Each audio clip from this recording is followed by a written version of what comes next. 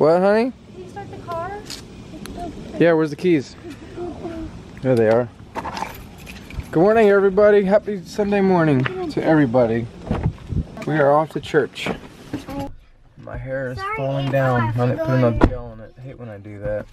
You can't tell when it's wet, so it just kind of falls everywhere. But you guys don't care about what I'm wearing. Look what she's wearing. I gotta wash my face. I still have makeup on. Going for the peachy look, babe? Going for the peachy look today, guys. Show them what I'm wearing. All right.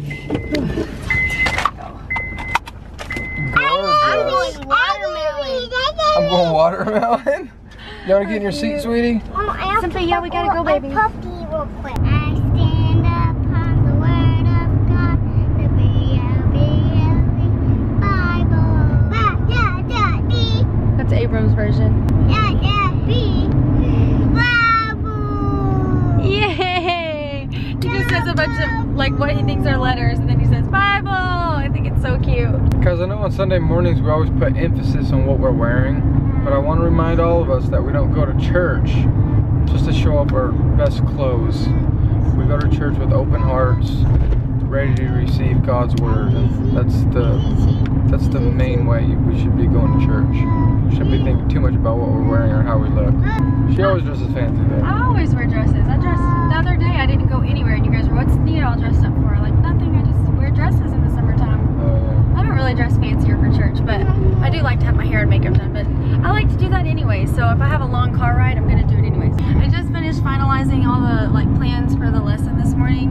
I'm not teaching today, and I was kind of like dropped the ball on getting the lesson out to the teacher. I just forgot after coming home from VidCon, and Abram was sick the first couple of days we were back, and I just totally forgot.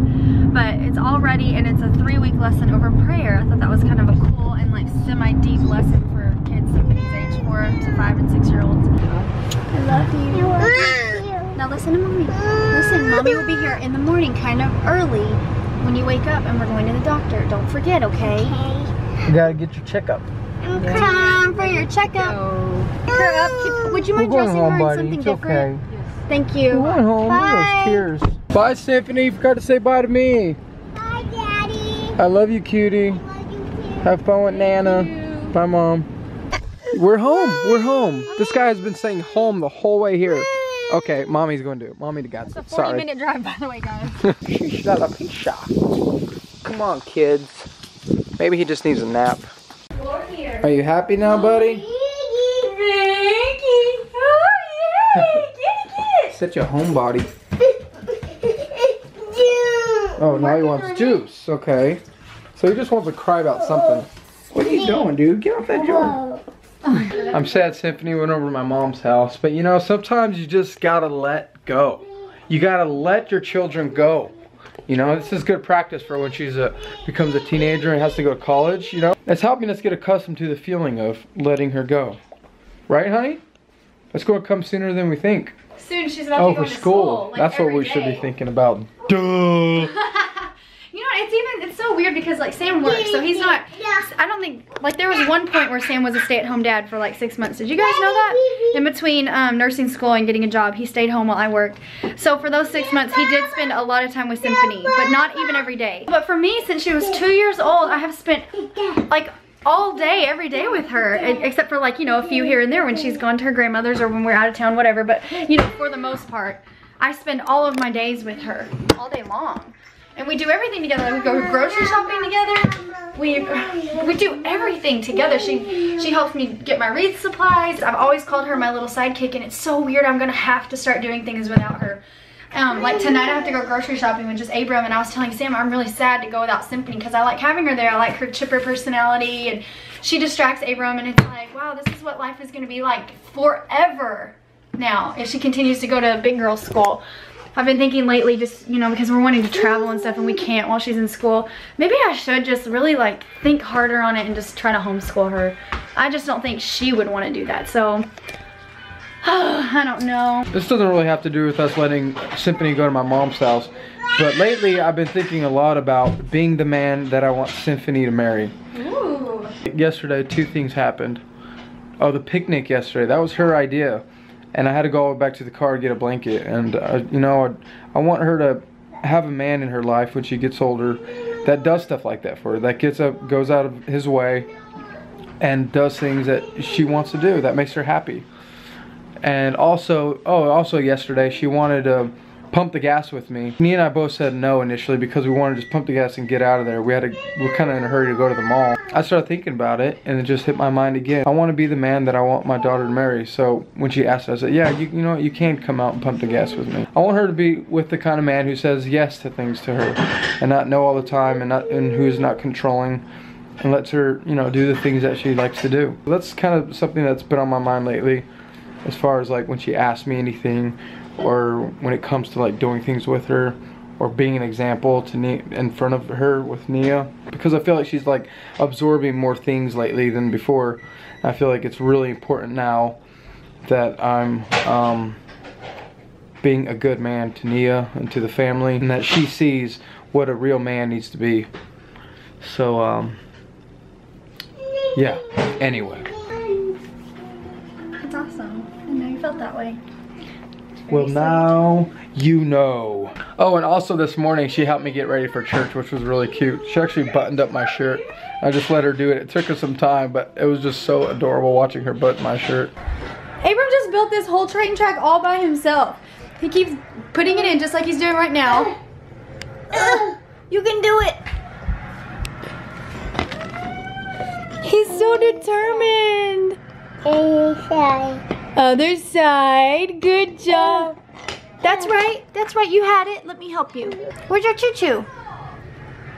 This is really good, baby. Good job. Give me 5. You built this so good. Is your finger gonna be the train? Ma. You need a wipe? He needs to wipe the inside of his mouth. What are you doing? Armpits inside of here. Oh, great. You got little armpits. Where's your armpits? What? Oh, no. Go to sleep? Get me in there. Let me inside of there. I don't know what it is about armpits, but I just find them so cute on the people I love. I first started with Nia. Everybody used to love your armpits? Yes, I do remember. It's so weird, but it's true. I used to just love her armpits. They're just He so would like cute. squeeze them really hard. In high school. Yeah. And then Sydney came along and her armpits are just adorable, and now this guy, just little deep holes right there that are just so cute. And they Nobody make us gets to see giggle. them but us, really. And they make us giggle, which is a cute, Yeah, you and know, they make that's us a cute giggle, noise. of course. Man, you're cute. He's just like uncontrolled. Uncontrolled laughter. Come on now, let me in your armpit, dude. Come on. Please. Please. You want to do the sad face? Don't laugh. Don't laugh. He has rice all over his Man, I leg. can't take it. It's so cute. Abram had some trash and he was all done. He was about to hand it to me and he went, trash! And he ran over to the trash can and threw it in the trash. He's been doing stuff like that for a while now. But I need to start rewarding it. He's old enough now that he understands the reward behind it. So I gave him a sticker for throwing his own trash away. That's the second time he's done it. I think Abram's gonna have a strong work ethic. And I think it's important to like point out these things like in your kids. Like any kind of trait. It could be anything. Like they're good singers or they're creative or whatever. But point out these traits in your kids while they're young. I just dropped a really hot spoon, but didn't touch my feet, thankfully. Anyway, what are some characteristics that you guys see in your kids? You may not have even thought about it before, but I bet if you just sit down and watch them for a day or just really think about things that they do repetitively, you'll realize the things that they do. And I would love to hear different things that you guys have noticed or stumbled across. Nia, I got you something. Mom. I got Nia something special. What did you get me? It was like clothes. Open it. Oh, Lily. It is, it's a shirt. What did you get me? Got you a shirt, babe. I Open think I it. can see what this is. I don't know about it. Because you are my trophy. Really? So what do you guys think of calling a wife a trophy? At first I was like, what's so wrong about calling your wife a trophy? Because in order for someone to get a trophy, you gotta fight for it and you gotta earn it and you can't be lazy. And then I started thinking about, then we're comparing it to an object that can be earned by our own, I guess, our own acts, and that's kind of saying we're awesome, so this is what I got for being awesome. And when you put that label on your wife, then it's just completely wrong, because God ordained marriage and He brought us together, and I did nothing to deserve her. God gave me her, but I'm just curious what you guys think. I bought it just to start a conversation in the comments and see what you guys think of calling a wife a trophy. Maybe I should get some paint and put an X through it. That'd be kind of cool. Could walk around with an X through it. Yeah, I would do that. On top of the shirt. All right, honey. This woman here is not my trophy, and this is a statement to signify that she is my wife and my gift from God.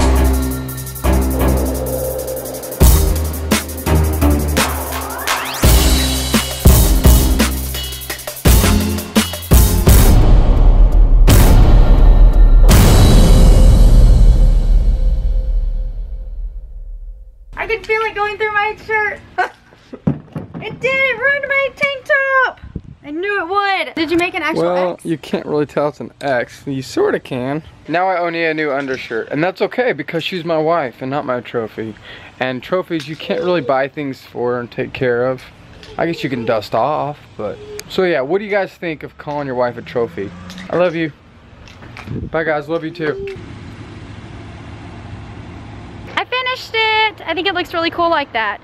I think that making the X's thicker kind of looks like a legit shirt that we bought. I like it. Me and Abram are headed to the grocery store now. I've really been lazy about grocery shopping since we got back from VidCon, and yeah, but first I just wanted to share my thoughts on the whole trophy wife thing. There are probably some women who really like that term, and they have the hair and the clothes and, you know, the lifestyle that it fits them or something like that, and I think that's fine. I don't want to put anyone down, but for me personally, I don't like that term. I think it's very derogatory to women and to spouses in general, because a trophy is an object, and a spouse just isn't something that you know you have like an object. It's, you know, your spouse is a gift, and you know, we're to treasure them and to really take care of them and to spend time with them, and not just have them over here to look at, something pretty to look at and to remind you how good you are at, I guess, finding a spouse. I don't know. But personally for me, the reason I think it's not really like fitting is because in any relationship, no one's perfect.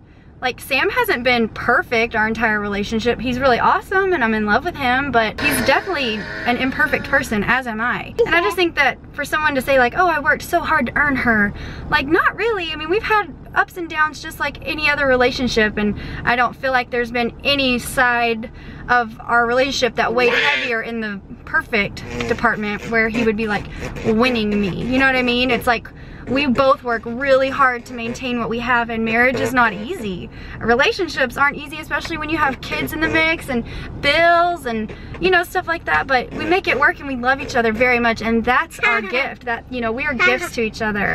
So that's my thoughts on the whole trophy wife thing. I like this shirt. I was a little bummed at first when I opened it up. Sam doesn't ever buy me clothes. I was like, oh, and then he kind of flipped the switch on me, and now I think it's kind of cool. It's got a big pink X on it, and it's kind of like a conversation starter when you're out in public, which is always cool. A, when you're a vlogger, B, when you're a Christian. So anyways, I like it that we did this. Let us know what you think about it, and me and this little guy are gonna go grocery shopping, not shocking.